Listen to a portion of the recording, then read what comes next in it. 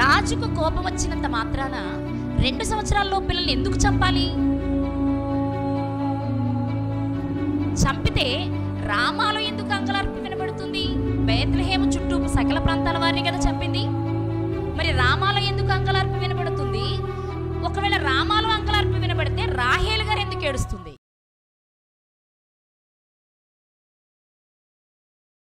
వాక్యం పట్ల ఆసక్తితో దేవుని మాటలు వినడానికి చేరువచ్చిన మీ అందరికీ మన ప్రభువు ప్రియ రక్షకుడైన యేసుక్రీస్తు వారి నామంలో నా హృదయపూర్వక వందనాలండి. యేసుక్రీస్తు ప్రభువారు 2000 సంవత్సరాల క్రితం భూమి మీదకి వచ్చారు. ఇక్కడికి రాక మునుపే తండ్రి కుడిపార్శాన వాక్యమై ప్రధాన శిల్పిగా జీవించినవారు. కాలము పరిపూర్ణమైనప్పుడు తండ్రి తన కుమారుని ఈ లోకానికి పంపాలి అనుకున్నారు. దేవుడు రాలేదు, దేవుడు తన కుమారుని ఈ లోకానికి పంపించారు. మరి ఆయన ఈ లోకానికి పంపించేటప్పుడు ఎక్కడ పంపించాలి, ఎవరి ద్వారా పంపించాలి అని ఒక ప్లాన్ దేవునికి ఉంటుంది. కాబట్టి ఆయన చేసుకున్న ప్లాన్ ఏంటి అంటే కన్యక గర్భాన పంపించాలి. ఆ కన్యక మరియ గారు. ఆమెలోనికి ఆత్మరూపిగా ఉన్న యేసుక్రీస్తు ఆమె గర్భంలోనికి వెళ్ళాలి అంటే దేవుడు చేసిన ఒక క్రొత్త పద్ధతి ఏంటి అంటే దేవుని ఆత్మ అయిన పరిశుద్ధాత్మ మరియమ్మ గారిని కమ్ముకోవాలి. ఆ శక్తి వలన ఆత్మరూపిగా ఉన్న యేసుక్రీస్తు వారు ఆమె గర్భంలోనికి ప్రవేశించి శరీరమును పొందాలి. ఎందుకంటే శరీరము తయారయ్యేది తల్లి గర్భం. ఇప్పుడు ఆల్రెడీ యేసుక్రీస్తు వారు పుట్టేస్తున్నారు కాబట్టి పరలోకంలో కొన్ని వేల సంవత్సరాల క్రితమే ఆయనకి ఇప్పుడు ఏం కావాలి అంటే ఆత్మరూపిగా ఉన్న ఆయనకి ఏం కావాలి అంటే శరీరం కావాలి. శరీరం అనేది తల్లి గర్భంలో నిర్మాణం అవుతుంది కాబట్టి ఆ తల్లి మరియ గారు కాబట్టి ఆమెలోనికి ప్రవేశపెట్టడానికి ఆమె పరిశుద్ధాత్మ వలన శక్తిని పొందుకున్నారు. ఇక యేసుక్రీస్తు వారు ఆమె గర్భంలోనికి వెళ్ళే ముందే ఆమెకు వర్తమానం రావడం, ఆమె గర్భవతి అయిన తర్వాత యోసేపు గారి దగ్గరికి వర్తమానం రావడం, యేసుక్రీస్తు వారు జన్మించిన తర్వాత గొర్రెల కాపరులకు వర్తమానం రావడం, జ్ఞానులకు వర్తమానం రావడం, ఇవి మనకు తెలిసిన విషయాలు. ఎక్కడో ఉన్న తూర్పు దేశపు జ్ఞానులకు దేవుడు వర్తమానం పంపించారు. ఎవరి ద్వారా అనేది మనం చాలాసార్లు విన్నాం. అది మనం అనుకునే నక్షత్రం కాదు, అది కూడా ఒక దేవదూత అని. దేవదూత ద్వారా వర్తమానాన్ని పొందుకున్న జ్ఞానులు యేసుక్రీస్తు వారిని దర్శించడానికి బయలుదేరొచ్చారు. వారు వచ్చేటప్పుడు డైరెక్ట్గా యేసుక్రీస్తు వారు ఉన్న చోటికి వెళ్ళలేదు. కానీ ఆయన యూదుల రాజు కాబట్టి, యూదా రాజధాని యెరూషలేము కాబట్టి యెరూషలేములో ఉన్న హేరోదు గారి దగ్గరకు వచ్చారు.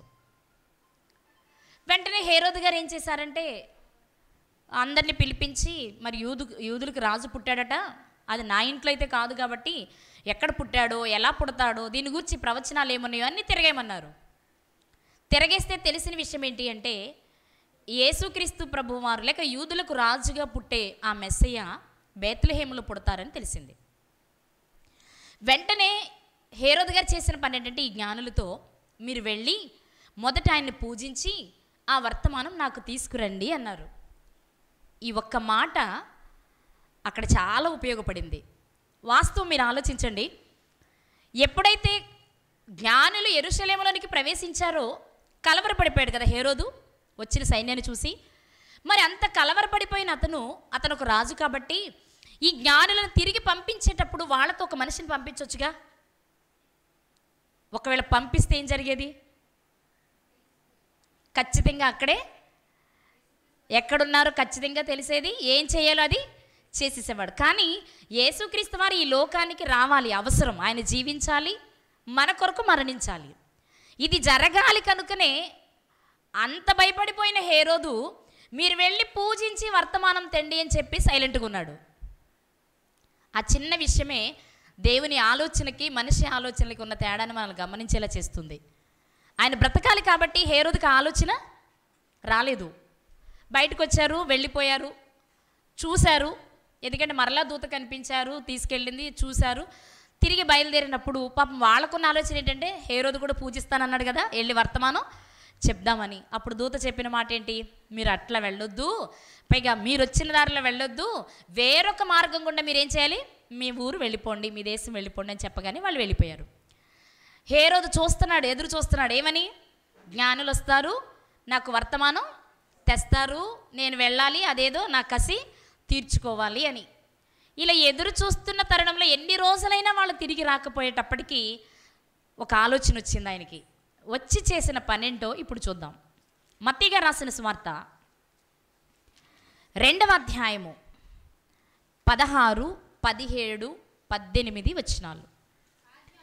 మత్తయి గారు రాసిన సువార్త 2వ అధ్యాయము 16వ వచనం నుండి చదువుకుందాం. ఆ జ్ఞానులు తన్ను అపహసించిరని హేరోదు గ్రహించి బహు ఆగ్రహము తెచ్చుకుని తాను జ్ఞానుల వలన వివరముగా తెలుసుకొనిన కాలమును బట్టి బేత్లెహేములోను దాని సకల ప్రాంతములలోను 2 సంవత్సరములు మొదలుకొని తక్కువ వయసు గల మగపిల్లలందరినీ వధించెను. అందువలన రామాలో అంగలార్పు వినబడిను, ఏడ్పును మహారోదన ధ్వనియు కలిగెను. రాహేలు తన పిల్లల విషయమై ఏడ్చుచు వారు లేనందున ఓదార్పు పొందనొల్లక ఉండెను అని ప్రవక్త అయిన ఇర్మియా ద్వారా చెప్పబడిన వాక్యము నెరవేరెను. ఎప్పుడైతే జ్ఞానులు తిరిగి రాలేదో హేరోదు గారికి కనిపించిన మాట ఏంటి? ఈ జ్ఞానులు నన్ను ఏం చేశారు చెప్పారు, అపహసించారు. తిరిగి రాకపోతే అపహసించినట్లా? తిరిగి సమాచారం తేనంత మాత్రాన్ని అపహసించినట్లా? అంటే అపహసించారంటే ఏంటి? ఒక రాజు ఆజ్ఞాపిస్తే చెయ్యాలి, చేయలేదు అంటే నన్ను వెక్కిరించారు వీళ్ళు, వస్తామని చెప్పి తిరిగి రాలేదని కోపం వచ్చింది కదా. కేవలం యూదయ ప్రాంతాన్ని పరిపాలించే ఒక రాజుకే తన మాట వినలేదంటే అపహసించారనిపిస్తే మరి దేవుడిచ్చిన ఆజ్ఞలను మీరుతున్నాం. మరి మనం ఎవరిని అపహసిస్తున్నాం? మరి రాజును అపహసించారు అనగానే రాజు చేసిన పనేంటి? 2 సంవత్సరాల లోపు మగపిల్లలందరినీ వధించేశాడు కదా. మరి ఇదే కోపం దేవుని మాటను అపహసించామని అనిపిస్తే ఆయనే గనక మన మీద చర్య తీసుకుంటే ఎంతమంది మిగులుతాం? కానీ దేవుడు ఏంటంటే దీర్ఘశాంతం కలిగిన వాడు కదా.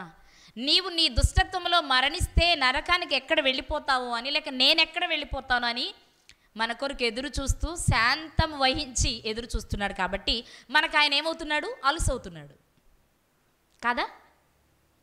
కేవలం ఒక రాజు చెప్పిన మాట వినపోతే వీళ్ళు నన్ను అపహసించారు అని హేరోదు ఏం తెచ్చుకున్నాడట? బహు ఆగ్రహము తెచ్చుకున్నాడట. కోపం కంటే ఎక్కువ ఆగ్రహము, ఆగ్రహం కంటే ఎక్కువ బహు ఆగ్రహము. అంటే ఏ రేంజ్లో ఉండుంటాడు ఊహించండి హేరోదు. కోపం వస్తేనే తట్టుకోలేం కదా, రాజు కోపం వస్తేనే కష్టం. మరి ఆగ్రహమై బహు ఆగ్రహం కలిగిన వాడై ఉన్నాడు అంటే అసలు ఆయన దరిదాపులు ఎవరు నిలబడలేదేమో, ఆయన చూపులే బగబగ మండేలా ఉన్నాయేమో. ఇప్పుడు ఇదే సిచ్యువేషన్లో మీరు దేవుణ్ణి ఊహించండి. ఆయన మాట మనం విననప్పుడు ఆయన ఎలా ఉంటాడు? ప్రతి దినము కోపపడతాడు. ఒక్కడు మళ్ళని ఎడల తన కత్తికి పదును పెడతారని తెలిసి కూడా మనం ఏం చేస్తున్నామంటే ప్రతి క్షణం ఆయనను అపహాస్యం చేస్తూనే ఉంటున్నాం. వెంటనే హేరోదు చేసిన పనేంటి అంటే ఆజ్ఞాపించాడు. వారు రాలేదు కాబట్టి మన దగ్గరకు వచ్చిన జ్ఞానులు ఏ టైంకి వచ్చారు, ఏ టైంలో అక్కడ నక్షత్రాన్ని చూశానని చెప్పారు, లెక్కలు కట్టమన్నాడు. కాలానికి పరిగణలోనికి తీసుకోవడానికి లెక్కలు కడితే అర్థమైంది ఏంటి అంటే జ్ఞానులు చెప్పిన సమాచారం ప్రకారం యేసుక్రీస్తు వారు జన్మించప్పటికి 2 సంవత్సరాలు అయి ఉంటుంది. కాబట్టి చెప్పిన మాట ఏంటంటే 2 సంవత్సరాల లోపు పిల్లలందరినీ వధించమని. పిల్లలు ఇక్కడ ఒక విషయాన్ని మనం గమనిస్తే గొర్రెల కాపరులకు వర్తమానం వెళ్ళింది యేసుక్రీస్తు వారు జన్మించారని, జ్ఞానులకు వర్తమానం వెళ్ళింది, హేరోదుకు వర్తమానం వెళ్ళింది. గొర్రెల కాపరులు యేసుక్రీస్తు వారిని దర్శించారు, సంతోషించారు, ఆ వర్తమానం అనేక మందికి చెప్పారు. జ్ఞానులు సంతోషించారు, ఆయన చూడడానికి వచ్చారు. కానీ సంతోషించని వ్యక్తి ఎవరైనా ఉన్నారు అంటే క్రీస్తు జన్మించాడు అని, అది హేరోదు గారే. చాలా బాధపడిపోయి అతను చేసిన పనేంటి అంటే ఇక్కడ మీరు గమనించవలసిన విషయం, 2 సంవత్సరాల లోపు పిల్లలందరినీ వధించాడు అంటే ఖచ్చితంగా యేసుక్రీస్తు వారు దొరికితే జరిగే పని కూడా ఏది అదే. అందుకే దేవుడు తప్పించారు. దేవునికి అన్నీ తెలుసు కాబట్టి ఆ ప్రణాళికలో ఉన్న విధంగా క్రీస్తు వారిని తప్పించడానికి జ్ఞానులేమో వేరే దిక్కున వెళ్ళిపోమని చెప్పారు, పరిస్థితులు మార్చారు. అయితే ఇక్కడ ఒక విషయాన్ని గమనించాలి. ఒకవేళ రాజుకు కోపం వచ్చినంత మాత్రాన 2 సంవత్సరాల్లో పిల్లల్ని ఎందుకు చంపాలి? ఒకవేళ చంపారే అనుకుందాం, చంపితే రామాలో ఎందుకు అంగలార్పు వినబడుతుంది? బేత్లెహేము చుట్టూ సకల ప్రాంతాల వారిని కదా చంపింది. మరి రామాలో ఎందుకు అంగలార్పు వినబడుతుంది? ఒకవేళ రామాలో అంగలార్పు వినబడితే రాహేలు గారు ఎందుకు ఏడుస్తుంది? ఇది ఈరోజు మనం తెలుసుకోవలసిన విషయం. ఈరోజు మన పాఠం రామాలోనే అంగలార్పు ఎందుకు, రాహేలు గారే ఏడుస్తున్నారు ఎందుకు? ఒక మాట చెప్పాలి అంటే ఇది ఒక ప్రవచనం, అదేనా? మనం 17-18 వచనాలు చదివాం కదా.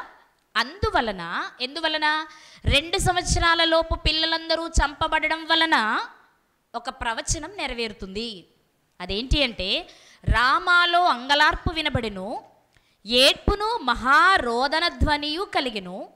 రాహేలు తన పిల్లల విషయమై ఏడ్చుచు వారు లేనందున ఓదార్పు పొందనులకు ఉండెనని ప్రవక్త అయిన ఇర్మియా ద్వారా చెప్పబడిన వాక్యము నెరవేరును.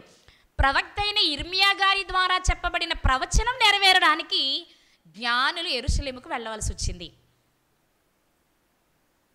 నా మాట అర్థమైందా? ఎక్కడో తూర్పు దేశాన బయలుదేరిన వారి ప్రయాణం డైరెక్ట్గా యేసుక్రీస్తు వారు ఉన్న చోటుకి వెళ్ళొచ్చు. మధ్యలో అక్కడ వర్తమానం ఇచ్చింది దూత, మధ్యలో తప్పుకున్నారు. మరలా హేరోదు దగ్గర నుంచి బయటకు రాగానే దూత వర్తమానం అందించారంటే తీసుకుని వెళ్ళారు. మరి అక్కడ బయలుదేరినప్పుడు వర్తమానం ఇచ్చిన దూత, హేరోదు దగ్గర నుంచి బయటకు రాగానే కనిపించిన ఆ దూత హేరోదు గారి దగ్గరికి వెళ్ళేటప్పుడు ఎందుకు అడ్డం చెప్పలేదు? ఇక్కడ లేడు, ఆయన వేరే ప్రదేశంలో ఉన్నాడు, నేను తీసుకెళ్తాను రండి అని మరలా వారికి ముందుగా నడవచ్చు కదా, వారు యెరూషలేములో ప్రవేశించక ముందే. కానీ వారు యెరూషలేములో ప్రవేశించాలి, హేరోదుకి ఈ వర్తమానం చెప్పాలి. ఎందుకు అంటే ఏనాడో ఇర్మియా గారి ద్వారా చెప్పబడిన ప్రవచనం నెరవేరాలి. కానీ ఒక మాట అడుగుతాను నేను, ఇర్మియా గారి ద్వారా ప్రవచనం ఇవ్వబడిందని, ఆ ప్రవచనం నెరవేరాలని, యేసుక్రీస్తు పుట్టాడని ఆనందంగా ఉన్న ఆ తరుణంలో, ఆ కాలంలో యేసుక్రీస్తు పుట్టాడు అని గొర్రెల కాపరులు ఎలా ఉన్నారు? ఆనందంగానే ఉన్నారు. జ్ఞానులు ఎలా ఉన్నారు? ఆనందంగానే ఉన్నారు. ఇంత ఆనందంగా ఉన్న ఆ తరుణంలో ఓ పెద్ద విషాదం జరుగుతుంది. అదే ఏంటి అంటే 2 సంవత్సరాల లోపు పిల్లలంతా వధించబడ్డారండి, చంపబడ్డారు.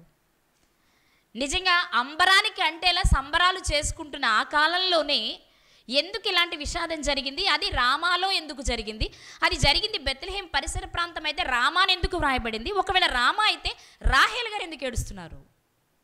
ఈ విషయాన్ని దేవుడు మన కొరకు ఎందుకు రాయించారు? ఈ విషయాలు కాసేపు మనం ఆలోచన చేద్దాం ప్రియులారా. రామాలో అంగలార్పు వినబడుతుంది. వాస్తవానికి హేరోదు చంపించింది ఎవరిని, ఏ ప్రాంతపు వారిని మనం చదువుకున్నాం 16వ వచనంలో. బేత్లెహేములోను దాని సకల ప్రాంతములలోనూ 2 సంవత్సరములు మొదలుకొని తక్కువ వయసు గల మగపిల్లలందరినీ వధించెను. మరి బేత్లెహేముకి చుట్టూ ఉన్న ప్రాంతాల్లో పిల్లలు చంపితే రామాలో అంగలార్పేంటి? ఎక్కడి నుంచి వచ్చింది ఈ రామా? రాస్తే ఏమని రాయాలి? బెత్లెహేములో అంగలార్పు వినబడినని రాయాలి, అంతేనండి? అంతేనా? బెత్లెహేము దాని పరిసర ప్రాంతాల వారి పిల్లల్నే కదా చంపింది. మరి అక్కడ చంపినప్పుడు ఎక్కడ ఘోష పుడుతుంది? ఉదాహరణకి మోషే గారు ఐగుప్తు దేశం వెళ్ళారు, ఎన్ని చేసినా ఫరో గుర్తించలేదు. ఫైనల్గా చేసింది ఏంటి? ఐగుప్తులో ఉన్న తొలిచూలు పిల్లలందరినీ చంపేశారు. అప్పుడు వధ జరిగినందువలన లేకపోతే తొలిచూలు పిల్లలందరూ చనిపోవడం వలన ఏడుపు ఎక్కడ పుట్టింది? ఐగుప్తులేనేనా? మరి ఇక్కడ బేత్లెహేము పరిసర ప్రాంతాల్లో పిల్లలు చనిపోతే రామాలో అంగలార్పు అంటున్నారేంటి? రామ ఒక పట్టణం, ఒక ప్రాంతం. ఈ రామాలో అంగలార్పు ఎందుకు, రాహేల్ ఎందుకు ఏడుస్తున్నారు అనే విషయాన్ని మనం తెలుసుకునే ముందు రామా ఎక్కడుంది, దాని సంగతి ఏంటో ఒక్కసారి జ్ఞాపకం చేసుకుందాం. 18వ అధ్యాయం యెహోషువ గ్రంథము 21వ వచనం నుండి. బెన్యామీనీల గోత్రమునకు వారి వంశముల చొప్పున కలిగిన పట్టణములు ఏవనగా ఎరికో, బెత్ హోగ్లా, ఎమెక్కెసీసు, బేతరాబా, సెమరాయిము, బేతేలు, ఆవీము, పారా, వఫ్రా, కెపర్మోని, ఒప్ని, గెబా అనునవి, వాటి పల్లెలు పోగా 12 పట్టణములు. అలాగే గిబియోను, రామా, ఏ పట్టణం అండి? ఇది మీరు పట్టుకోవాలి. మనం వెతుకుతున్న పట్టణం ఏది? రామా, బెయోరోతు, మిస్పే, కెఫీ, రామోసా, రేకేమో, ఇర్పేలు, తరాల, సేలా, ఎలేపు, యెరూషలేము అనబడిన ఎబూసి, గిబియా, కిరియతు అనునవి, వాటి పల్లెలు పోగా 14 పట్టణములు. వారి వంశముల చొప్పున ఇది బెన్యామీనీలకు కలిగిన స్వాస్థ్యము. మనం చదువుకున్న ఈ 21వ వచనం నుండి 28వ వచనం మధ్యలో ఉన్న పట్టణాలలో మనకు అవసరమైన పట్టణం ఏది? రామా. ఇది ఎవరికి భూభాగంగా, ఎవరికి స్వాస్థ్యముగా ఇవ్వబడింది? బెన్యామీనీలకు. అంటే ఐగుప్తు నుంచి కనానుకు చేరిన తర్వాత యెహోషువ గారి నాయకత్వంలో ఇశ్రాయేలు 11 గోత్రాలకు, లేవీలకు స్వాస్థ్యం ఇవ్వలేదు. అన్ని భాగాలలో అన్ని గోత్రాల వారి సరిహద్దు లేవీలు ఉండొచ్చు. కాబట్టి మిగిలిన 11 గోత్రాలకి స్వాస్థ్యాన్ని పంచితే బెన్యామీను గోత్రంలో ఒక పట్టణాన్ని ఇచ్చారు. ఆ బెన్యామీను గోత్రానికి ఇవ్వబడిన పట్టణాలలో ఒక పట్టణమే రామా. కాబట్టి రామా అనేది ఎక్కడుంది అంటే బెన్యామీనీలకు ఇవ్వబడిన స్వాస్థ్య భాగంలో ఉంది. ఇక రెండో మాట చూద్దాం. చాలా రామాలు ఉన్నాయి. రెండవది చూస్తే అదే గ్రంథము, యెహోషువ గ్రంథము 19వ అధ్యాయము 29వ వచనం. 19వ అధ్యాయము 29వ వచనం. అక్కడ నుండి ఆ సరిహద్దు రామా వరకు, దేని వరకు?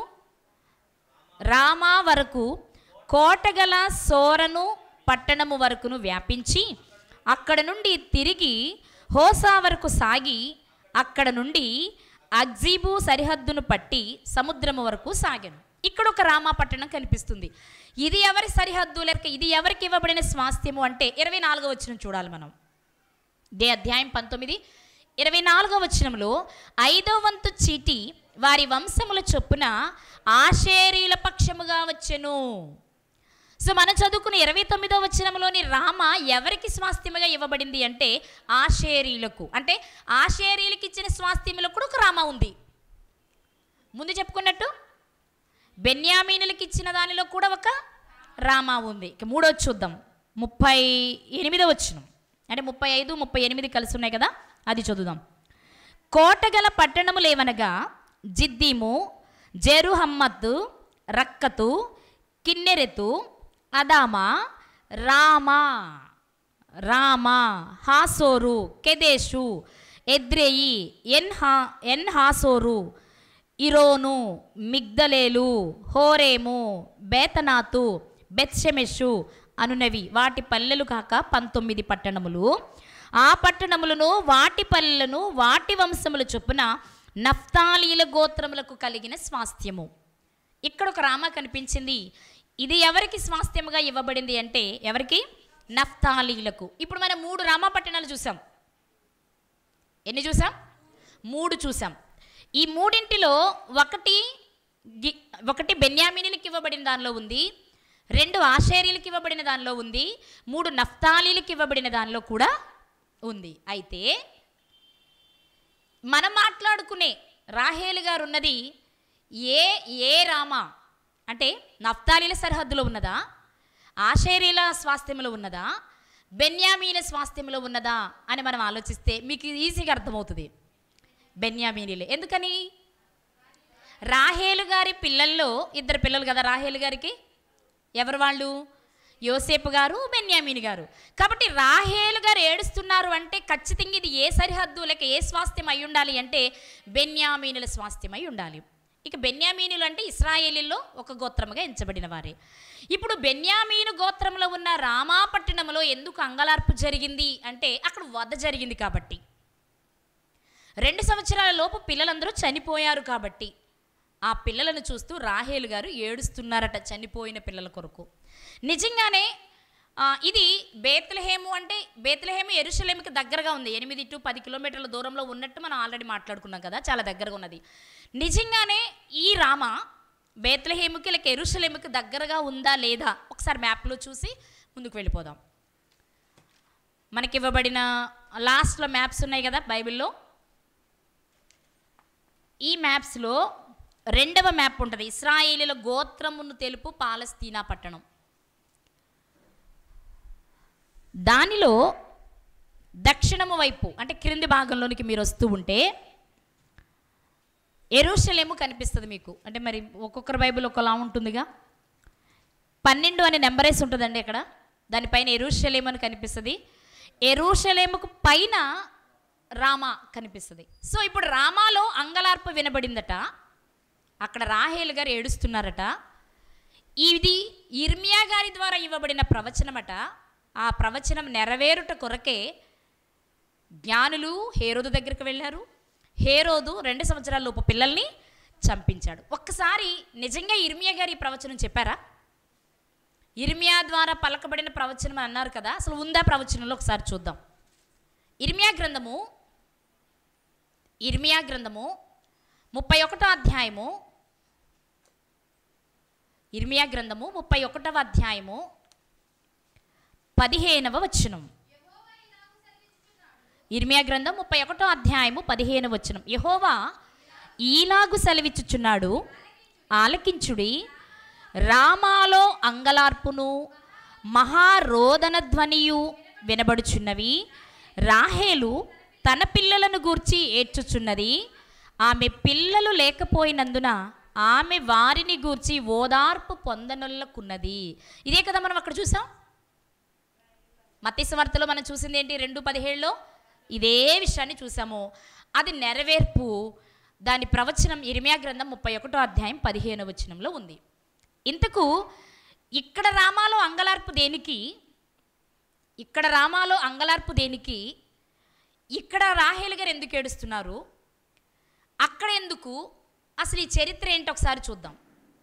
మనం గమనిస్తే మత్తయి సువార్తలో, బాగా వినాలి మీరంతా, మత్తయి సువార్తలో వ్రాయబడినది బేత్లెహేముకు సమీపంగా ఉన్న ఆ పరిసర ప్రాంతాల పిల్లలందరూ చనిపోయారు కాబట్టి ఆ పిల్లల ప్రతి తల్లి ఏడుస్తా లేదా?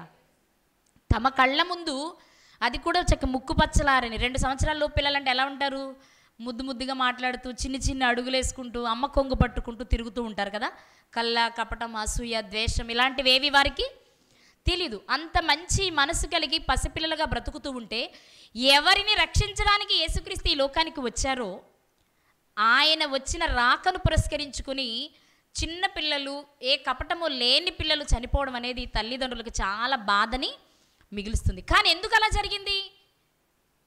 ఇక్కడ ఒక విషయాన్ని మనం గమనిస్తే, ఒకవేళ 2 సంవత్సరాల లోపు పిల్లల్ని చంపిన పిల్లలు లేకపోతారేమో తల్లిదండ్రులకి, కానీ వారికి మాత్రం మంచి స్థానమే ఉంటుంది. 2 సంవత్సరాల లోపు అంటే వారికి ఏమీ తెలియదు కదండి. వాడు మరణిస్తే ఎక్కడికి వెళ్తారు?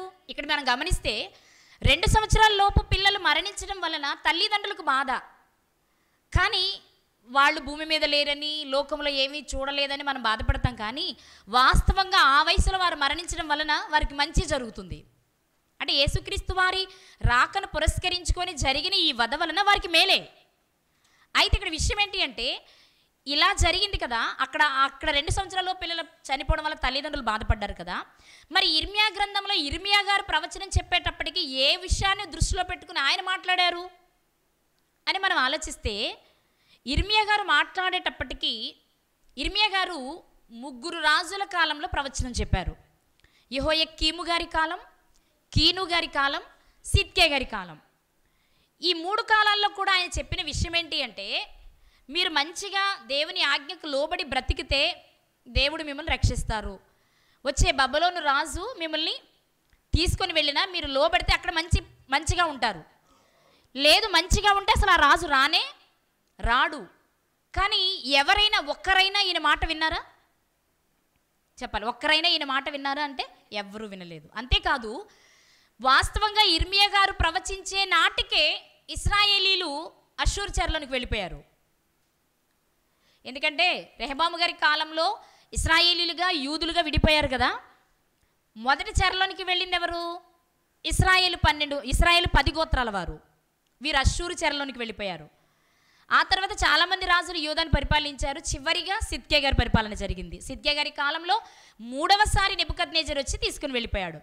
ఇక్కడ విషయం ఏంటి అంటే, పరాయి రాజు వచ్చి వీరందరినీ నాశనం చేస్తాడు. ఈ పిల్లలందరూ చెరలోనికి వెళ్ళిపోవడం వలన వారి తల్లిదండ్రులకు బాధ. ఇది ఆయన చెప్తున్న ఉద్దేశం. అంటే మీరు మంచిగా ఉంటే పొరుగురాజు చేతుల్లోనికి మీరు వెళ్ళరు, జాగ్రత్తగా ఉండండి అని చెప్తూ ఉన్నారు. ఇందులో రెండవ ఆంతర్యం ఏంటి అంటే, ఇక్కడ రాహేలు గారిని ప్రస్తావించడంలోని ఆంతర్యం ఏంటి అంటే, ఇశ్రాయేలు 12 గోత్రాలకు జన్మనిచ్చిన తల్లులలో ఒక తల్లి రాహేలు గారు. అయితే మరి మిగిలిన వారు కూడా ఉన్నారుగా, లేయా గారు ఉన్నారు, జిల్ఫా గారు ఉన్నారు, బిల్హా గారు ఉన్నారు కదా, వాళ్ళ పేరు ఎందుకు ప్రస్తావించలేదు అంటే, ఈ బెత్లెహేమునకు సంబంధం కలిగిన వారిలో ఈ నలుగురిలో రాహేలు గారు ప్రథమ స్థానంలో ఉంటారు. ఎందుకో నేను మీకు చెప్తాను. యాకోబు గారి నలుగురు భార్యల వలన 12 మంది కుమారులు పుట్టారు, 12 గోత్రాల వారు. ఇందులో ఎక్కువ మంది పిల్లలకు కన్నది లేయా గారే అయినప్పటికీ బెత్లెహేముతో సంబంధం కలిగిన స్త్రీ ఎవరు అంటే రాహేలు గారు. 2, ఏడ్పుకి కారణమైన స్త్రీ కూడా రాహేలు గారే. అందుకే రామాలో అంగలార్పు, రాహేలుకి ఏడ్పు.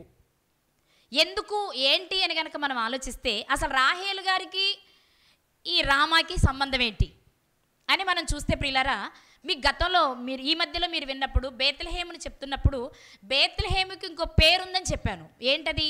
ఏం పేరుంది బెత్లెహేముకి? ఎఫ్రాతా. బెత్లెహేమ్ అన్న ఎఫ్రాతా అన్న ఒకటే. ప్రారంభంలో ఎఫ్రాతా అని పిలిచారట బెత్లెహేముని. కాబట్టి ఈ ఎఫ్రాతాకి రాహేలు గారికి సంబంధం ఉంది. ఏంటా సంబంధము తెలియాలి అంటే ఇప్పుడు మనం ఆదికాండంలోనికి వెళ్ళాలి. ఆదికాండము 35వ అధ్యాయము 16వ వచనంలో, వారు బేతేలు నుండి ప్రయాణమై పోయిరి, ఎఫ్రాతాకు వెళ్ళు మార్గములో మరికొంత దూరము ఉన్నప్పుడు రాహేలు ప్రసవించుచు ప్రసవ వేదనతో ప్రయాసపడెను. రాహేలు గారు మరణించిన స్థలం ఏదో తెలుసా? ఎఫ్రాతా.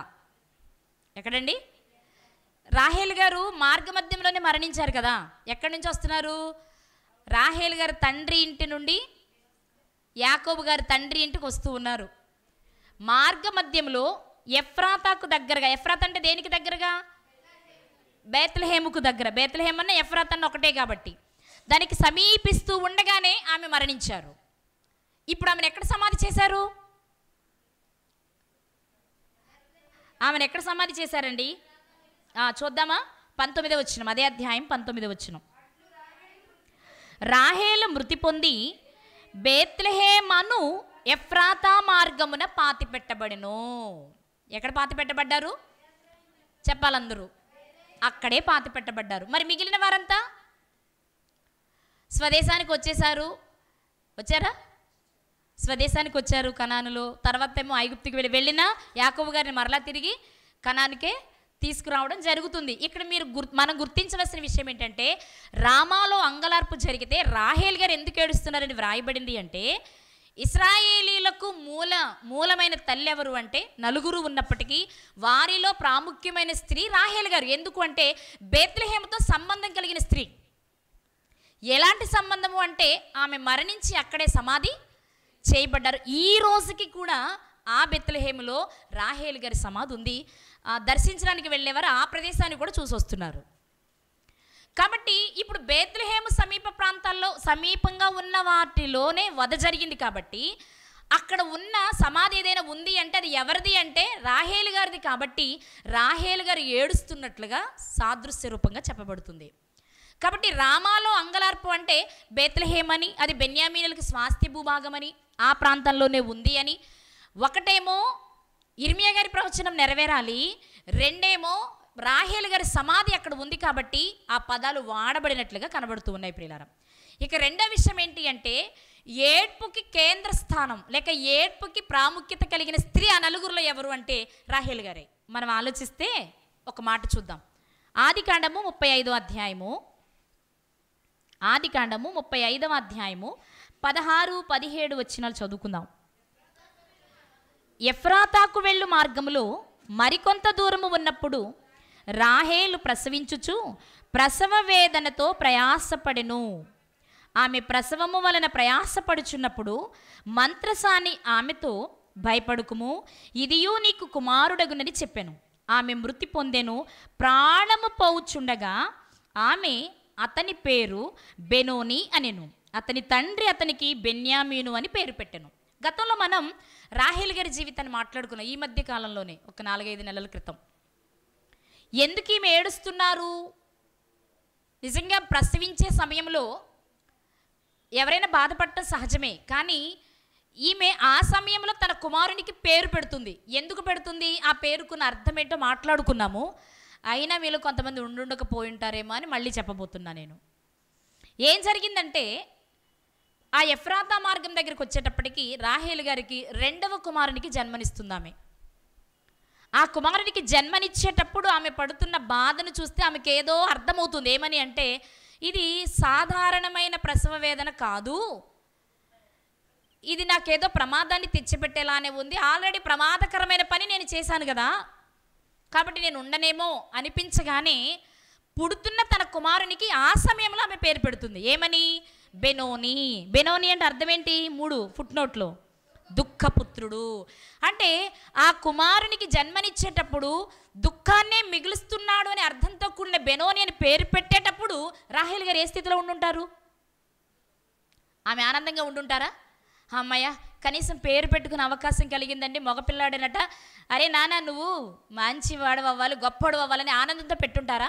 ఒకవేళ ఆనందంతో పెడితే దుఃఖపుత్రుడని ఎందుకు పెడతారు? మరి ఆనందపుత్రుడని పెట్టుకోవాలి. దుఃఖపుత్రుడు అని పేరు పెడుతుందంటే ఆ క్షణం ఆమె కూడా చాలా దుఃఖంలో మునుగుంటుంది. ఎందుకు మునిగారు అంటే మీకు తెలిసిన విషయమే. తండ్రి ఇంటి నుండి తిరిగి వచ్చేటప్పుడు తండ్రి గృహదేవతను దొంగిలించి తెచ్చింది ఆమె. భర్తకు తెలియదు, మిగిలిన వారు ఎవరికి తెలియదు, పిల్లలకి తెలియదు, తోటి అక్కలకి, మిగిలిన వారి దాసీలకి ఎవరికి తెలియదు. సీక్రెట్గా తెచ్చుకున్నారు ఆమె. 3 రోజుల తర్వాత తండ్రి తరుముకుంటూ వచ్చాడు. అల్లుడిని అడిగాడు, నువ్వు వెళ్తే వెళ్ళావు బాబు అంటే, ముందే అసలు ఎందుకు వెళ్ళిపోతున్నా చెప్పకుండా అడిగాడు. ఏదో పిల్లల మీద మమకారం కదా, నేను నీ సమక్షంలో బయలుదేరితే నువ్వు పంపవేమని భయపడ్డానని చెప్పాడు యాకోబు గారు మామగారితో. సరే వస్తే వచ్చా, వెళ్తే వెళ్ళావు, బయలుదేరి మధ్యలో నా గృహదేవతను ఎందుకు దొంగిలించావు అంటే, నీ గృహదేవతను నేను దొంగిలించడం ఏంటి, నేను నీది పూచిక పుల్ల కూడా తెచ్చుకోలేదు, కావాలంటే వెతుక్కోమన్నారు యాకోబు గారు. మొత్తం వెతికేశాడు లాబాన్ గారు, ఎక్కడ ఏమీ దొరకలే. ఎందుకు దొరకలా? రాహేలు గారు దాన్ని దాచిపెట్టి దాని మీద కూర్చుంది, వంట సామాగ్రి పెట్టెలు పెట్టి కూర్చుంది దాని మీద. ఎంత వెతికినా దొరకలేదు. కానీ అల్లుణ్ణి అనుమానించాడు మామ అనే కోపంతో యాకోబు గారు వెంటనే చెప్పిన మాట ఏంటంటే, నీ గృహదేవతను తీసిన వారు చచ్చునుగాక అన్నారు. ఇంత పెద్ద మాట అంటారని రాహేల్ గారికి తెలియదు, ఊహించలేదు ఆమె అసలు అంటారని. కానీ యాకోబు గారు పలికేశారు ఆ మాట. ఆ మాట ఏమైంది? పలికేశారు. అది ఆమె జీవితంలో తీరని దుఃఖాన్ని మిగిల్చింది. అందుకే ప్రసవించేటప్పుడు ఆ సన్నివేశాన్ని జ్ఞాపకం చేసుకుంటూ, నా చేతులారా నేను దొంగిలించి నా మరణాన్ని నేనే కొని తెచ్చుకున్నాను, కాబట్టి ఇక నా జీవితంలో దుఃఖమే. ఇదిగో ఈ పుట్టే కుమారుడికి తల్లుండదు ఇక రేపటి నుంచి. ఆల్రెడీ పెరుగుతున్న యోసేపుకి తల్లుండదు. నా పిల్లలు మాత్రమే తల్లి లేని పిల్లలుగా పెరుగుతున్నారు అంటే ఆ తల్లికి ఎంతైనా బాధ కాదు. అప్పుడు మన కళ్ళ ముందే మన డాక్టర్లు సాధారణంగా చెప్పరు.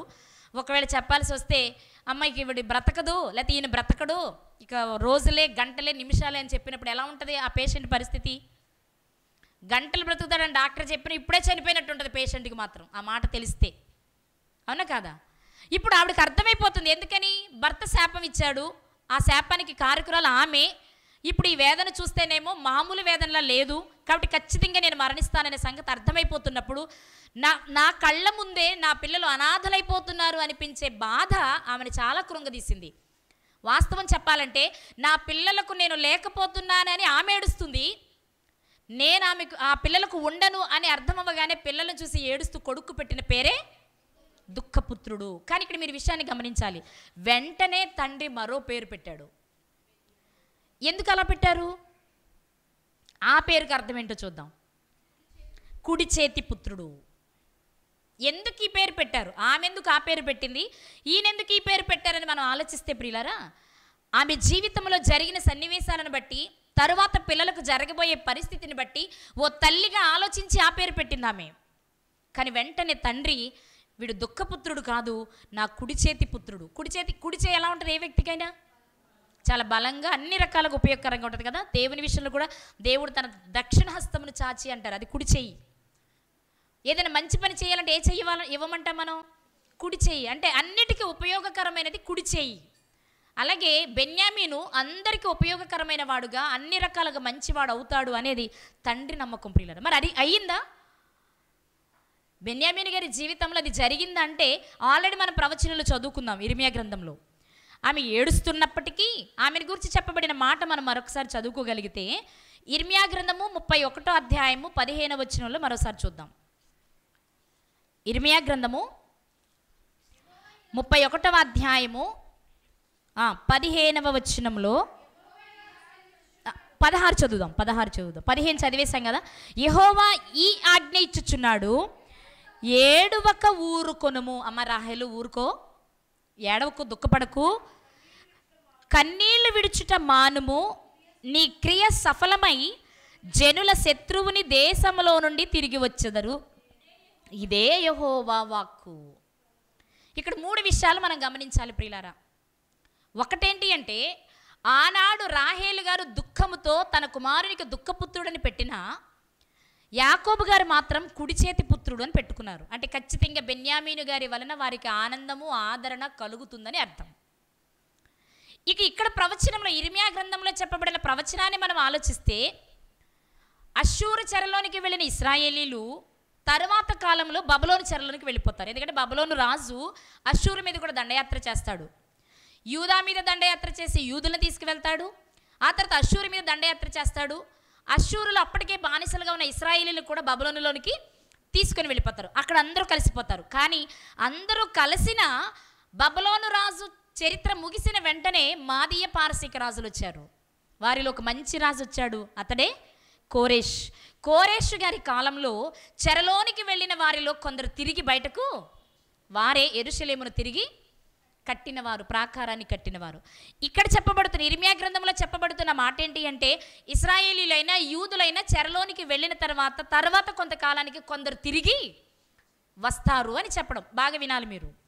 రాహేలు గారి సందర్భాన్ని మనం ఆదికాండంలో చూసేటప్పుడు ఆమె ఏడ్పు పుత్రుడని పేరు పెట్టుకున్న యాకోబు గారి కుడి చేతి పుత్రుడని పెట్టుకోవడానికి కారణం ఏంటంటే, నువ్వు దుఃఖపడక్కర్లేదు, తప్పకుండా మన పిల్లలకు మంచి రోజులు వస్తాయి, బెన్యామీను మంచివాడవుతాడని చెప్పడం. ఇర్మియా గ్రంథంలో చెప్పబడిన ప్రవచనం ఏంటి అంటే, యూదుల చెరలోనికి వెళ్ళినా, ఇశ్రాయేలీల చెరలోనికి వెళ్ళినా, చెరలోనికి వెళ్ళిన వారిలో కొందరు తిరిగి వస్తారు, కాబట్టి ఏడవక్కర్లేదు అని. మరి మత్తయి సువార్తలో చెప్పబడిన ప్రవచనం ఏంటి అంటే, 2 సంవత్సరాల లోపు పిల్లలు చనిపోయినా ప్రపంచమంతటిని విమోచించే రక్షకుడు అక్కడ బ్రతుకుంటాడు. ఇక్కడ బెన్యామీను గారి స్థానం ఎంతో, తిరిగొచ్చిన యూదులు ఇశ్రాయేలీల స్థానం ఎంతో, వీటికి మించిన స్థానం ఎవరిది అంటే, రామాలో అంగలార్పు జరిగినప్పటికీ, రాహేలు గారు తన పిల్లల విషయమై ఏడుస్తున్నప్పటికీ ఖచ్చితంగా ఆమెకు ఏమి కలుగుద్ది? ఓదార్పు, నీ కన్నీళ్లు విడుచుట మాను అని సెలవిచ్చారు. ఎందుకు ఆ మాట చెప్పబడింది అంటే, ప్రపంచమంతా ఏడ్పుమయమై ఉండవలసిన తరుణంలో కదా, మనందరికీ అర్థమయ్యేటప్పటికీ ఆదాము గారి వలన లోకంలోనికి పాపం వస్తే, ఆ పాపమును అంటించుకున్న ప్రతి మనిషి పాపిగా మారిపోయి నరకానికి వెళ్ళిపోతూ ఉంటే, నరకము నుండి తప్పించడానికి ఆ ఇశ్రాయేలీలో నుండి, లేక ఆ యూదా గోత్రములో నుండే ప్రపంచాన్ని విమోచించే రక్షకుడు వస్తాడు. కాబట్టి రాహేలు, నువ్వు ఏడవలసిన అవసరత లేదు. కాబట్టి రామాలో అంగలార్పు, రాహేలు గారి ఏడ్పుకు కారణం ఏంటి అంటే, ఆ రామ బేత్లెహేము సమీప ప్రాంతంలో ఉంది. అది అక్కడ రాహేలు గారు ఎందుకు ఏడుస్తున్నారంటే, అక్కడే రాహేలు గారి సమాధి ఉంది. రెండో విషయం ఏంటి అంటే, రాహేలు అనగానే 12 గోత్రాల వారికి తల్లిగాను, ముఖ్యంగా బెన్యామీను గోత్రానికి తల్లిగాను, అదేనా? ఎవరికి ఆమె తల్లి? యోసేపు గారికి, బెన్యామీను గారికి తల్లిగాను, ఆ ప్రాంతంలో ఉండి ఆ పిల్లల వలన, లేక నశించిపోతున్న పిల్లల వలన బాధపడుతున్న తరుణంలో నువ్వు ఏడవలసిన అవసరత లేదు అని దేవుడు ఓదార్స్తున్న సందర్భం అది. ఈ ఓదార్పు, అస్సలైన ఓదార్పు ఎప్పుడు కలిగింది? బెన్యామీను గారు పెద్దవాడే, మంచి గోత్రికుడై అందులో గొప్ప స్థానాన్ని పొందినంతలో పూర్తి స్థాయి రాలేదు. ఇశ్రాయేలులో నుంచి, యూదుల్లో నుంచి కొంతమంది తిరిగి వచ్చినంత మాత్రాన పూర్తి స్థాయి రాలేదు. కానీ 2 సంవత్సరాల లోపు పిల్లలు ఇక్కడ వధింపబడినప్పటికీ తప్పించబడిన యేసుక్రీస్తు వారు ఉన్నారే, ఆయన ప్రపంచానికి సంపూర్ణ విడుదలను ఇచ్చేవారు. కాబట్టి ఆ విడుదల అనుగ్రహించబడుతుంది. కాబట్టి రాహేలు గారిని దుఃఖంలో నుంచి బయటకు రమ్మని చెప్తూ ఉన్నారు. ఈరోజు మనం ఆలోచించవలసిన విషయం ఏంటి అంటే 12 గోత్రాలకు, బెన్యామీను గోత్రికులకు, తిరిగొచ్చిన ఇశ్రాయేలులకు మాత్రమే తల్లి రాహేలు గారు అయితే ఈరోజు విడుదల పొందవలసిన ప్రతి ఒక్కరూ ఒక రాహేలు గారి లాంటి వారు. యేసుక్రీస్తు వారిని ఎవరైతే స్వరక్షకునిగా అంగీకరించి విడుదల పొందుతారో వాళ్ళంతా దుఃఖములో నుండి, బాధలో నుండి విడుదల పొందినట్లుగా అవుతుంది ప్రియులారా. కాబట్టి రామాలో అంగలార్పు దేనికి సాదృశ్యం అంటే భవిష్యత్తులో వచ్చే యేసుక్రీస్తు వారికి సాదృశ్యం. ఏడుస్తున్న మీరు నవ్వాలి, వేదన పొందుతున్న వారు, అది కదా యెషయా గ్రంథంలో చెప్పబడిన మాట. ఒకసారి చూసుకుని ముగించుకుందాం. యెషయా గ్రంథము 9వ అధ్యాయము 1వ వచనము. యెషయా గ్రంథము 9వ అధ్యాయము 1వ వచనం. అయినను వేదన పొందిన దేశము మీద మబ్బు నిలవలేదు. పూర్వకాలమున ఆయన జెబూలూను దేశమును, నఫ్తాలి దేశమును అవమానపరచెను. అంత్యకాలమున ఆయన సముద్ర ప్రాంతమును అనగా యోర్దాను అద్దరిని, అన్యజనుల గలిలయ ప్రదేశమును మహిమగలదానిగా చేయుచున్నాడు. చీకటిలో నడుచు జనులు గొప్ప వెలుగును చూచుచున్నారు. మరణ ఛాయ గల దేశ నివాసుల మీద వెలుగు ప్రకాశించును. చీకటిలో ఉన్నవారు వెలుగులోనికి రావాలి, మరణంలో ఉన్నవారు జీవంలోనికి దాటాలి అంటే యేసుక్రీస్తు ప్రభువారు రావాలి ప్రియులారా. ఇక్కడ మీరు ఒక్క విషయాన్ని గుర్తించాలి. రామ అంటే బెత్లెహేముకి సంబంధించిన ప్రాంతమే. రాహేల్ అనే పదం ఎందుకు వాడబడిందంటే ఇశ్రాయేలీలకు సంబంధించిన పదము, అందులో ముఖ్యంగా బెన్యామీను గోత్రానికి సంబంధించినది. రాహేలు గారి జీవితంలో దుఃఖమే మిగిలింది. ఆనాటి పరిస్థితులు మనం ఆలోచిస్తే విడిచి రావలసిన విగ్రహాన్ని వెంట తెచ్చుకోవడం వలనే రాహేలు గారి జీవితంలో దుఃఖం మిగిలింది. కానీ అలాంటి దుఃఖంలో ఉన్న వారి జీవితాలన్నీ ఆనందంగా మార్చాలి అంటే, చీకటిలో ఉన్న వారి జీవితాలు వెలుగులోనికి రావాలి అంటే, మరణ ఛాయలో ఉన్న వారి జీవితాలు జీవంలోనికి రావాలి అంటే, జీవంలోనికి నడిపించే ఒక జీవాధిపతి ఈ లోకానికి వచ్చారు. ఆయనే ప్రభువైన యేసుక్రీస్తు.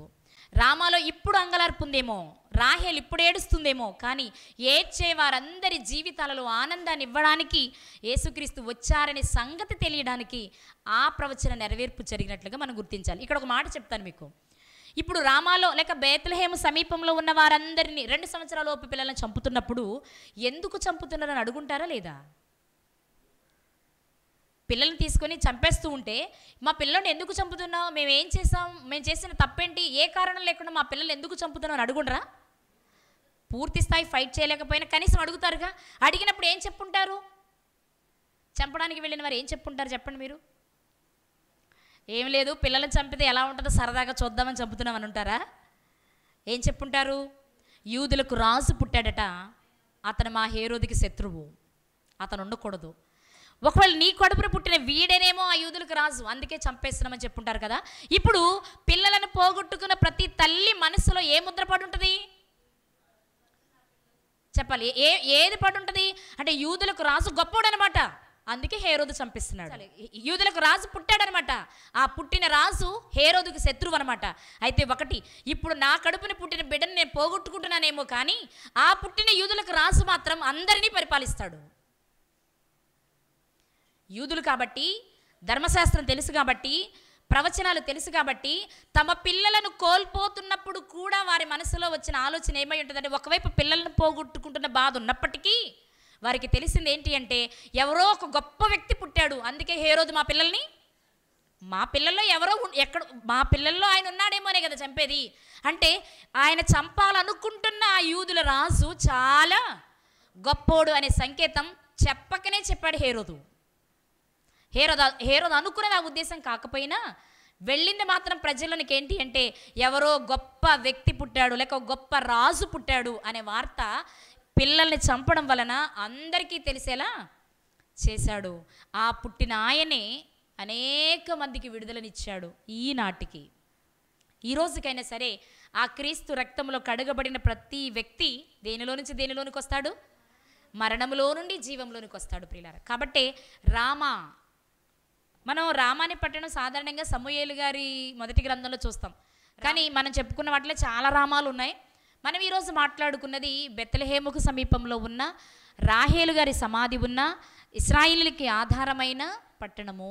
అక్కడ రాహేలు గారు ఎందుకు ఏడుస్తుంది అంటే, తన జీవితంలో జరిగిన విషాదాన్ని బట్టి, తన నుండి వచ్చిన ఇశ్రాయేలు గోత్రికులు పడుతున్న ఇబ్బందిని బట్టి ఆమె ఏడుస్తున్నా దేవుడు చెప్తున్న మాట ఏంటి అంటే, నువ్వు ఏడవద్దు, నీకు ఓదార్పునిస్తున్నాను, అందరినీ విమోచించే విమోచకుడిని నేను లోకానికి పంపిస్తున్నాను అన్నారు. నిజంగానే విమోచకుడు వచ్చాడు అందరినీ విడిపించడానికి. కానీ ఆయనను నమ్మి ఎంతమంది విశ్వసించబడ్డారో వారందరూ దేవుని పిల్లలు అవ్వడానికి దేవుడు అవకాశం ఇచ్చారు.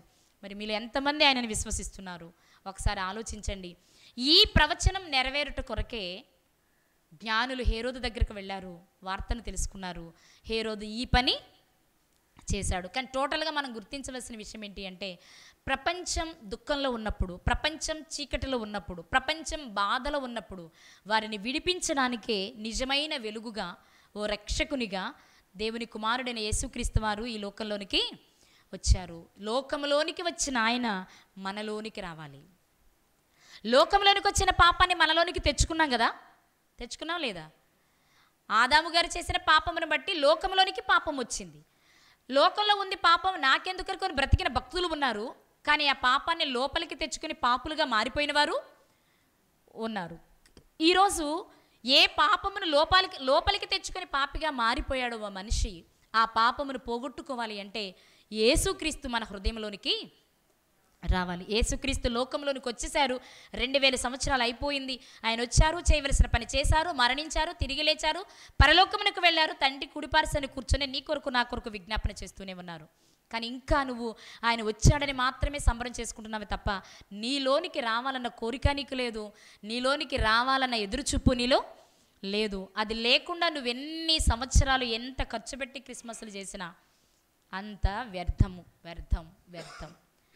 నువ్వు ఒకవేళ ఖర్చు భారీగా పెట్టలేకపోయినా పర్వాలేదేమో, కానీ క్రీస్తుని హృదయంలో జన్మిస్తే మాత్రం అది నీకు నిజమైన క్రిస్మస్. అప్పుడు దేవునికి అది నిజమైన పండుగ, ఆయన ఆనందింపచేసే పండుగ. మరి మీరు ఎలా ఉన్నారో మిమ్మల్ని మీరు పరీక్ష చేసుకోండి. మీ దుఃఖాన్ని తీయడానికి యేసుక్రీస్తు ఈ లోకంలోనికి పంపబడ్డారు. ఆయన మనం స్వీకరిద్దాం, ఆనందిద్దాం, దేవుని ఆనందింపచేద్దాం, ఆయన ఇచ్చే పరలోకాన్ని స్వతంత్రించుకుందాం. అట్టి కృప దేవుడు మనందరికీ దయచేయునుగాక.